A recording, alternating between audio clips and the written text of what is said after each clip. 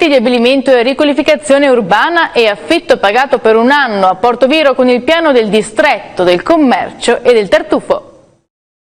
Portoviro si rifà il look, circa 1 milione di euro per rilanciare le zone, si può dire, abbandonate nel corso degli anni e dare una seria boccata d'ossigeno all'economia.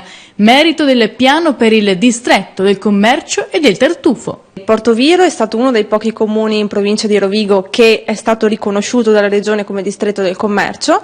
Questo ci dà la possibilità di accedere a contributi importanti messi a disposizione della Regione e noi naturalmente ne approfittiamo.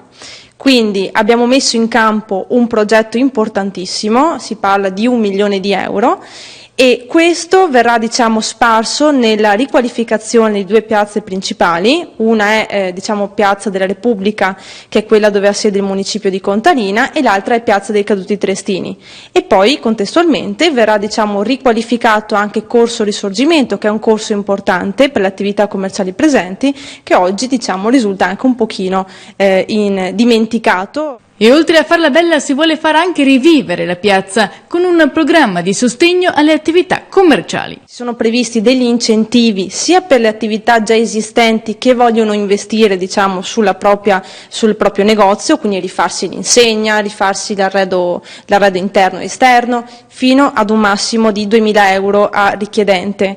E invece per quelli che sceglieranno Portoviro per aprire e per investire, altrettanto gli si darà un contributo con un tetto massimo di 2.000 euro, che sarà sostanzialmente il pagamento dell'affitto per un anno. Spazio poi al turismo, quello esperienziale. Parte dei fondi sarà destinata al collegamento di Porto Levante con Albarella mediante itinerario ciclopedonale. Si svilupperà poi un brand con logo ad hoc tramite concorso di idee, mentre non è ancora stato predisposto un sistema di accoglienza per turisti che attualmente possono usufruire di soli bed and breakfast.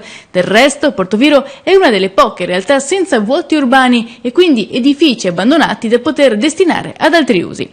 Inizio lavori previsto l'aprile prossimo per ultimare tutto entro giugno 2021.